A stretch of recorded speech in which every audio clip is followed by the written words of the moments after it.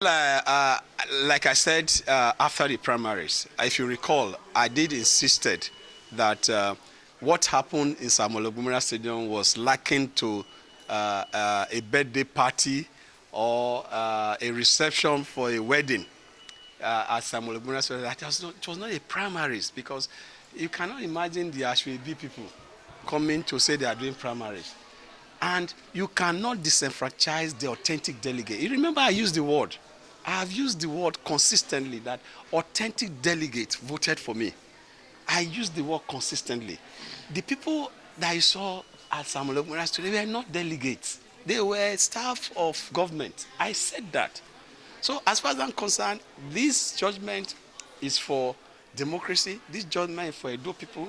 And Edo people should know that by the grace of God, together, we will take our government back from outsiders. Outsiders will not have space to rule us. We need good governance. We don't want people that will be repatriating. I mean, we'll be having. We don't want capital flight again in our state, where people come from outside, and even to a caterer that will cook food in government function in Edo will be brought from Lagos. No, that is not what we signed for.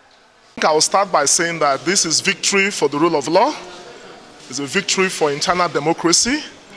And it is a lesson for political parties, particularly the PDP, to learn that if you violate your constitution, you violate the electoral guidelines you have made, you refuse to listen to the wishes and aspirations of your members, there's a consequence. And that is what has transpired today.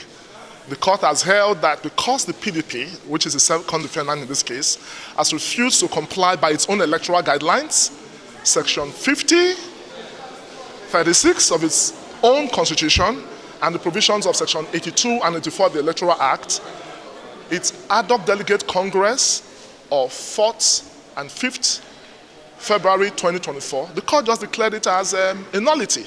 Gentlemen, I must say straight away that no counsel must be allowed to mislead the nation and to mislead the audience.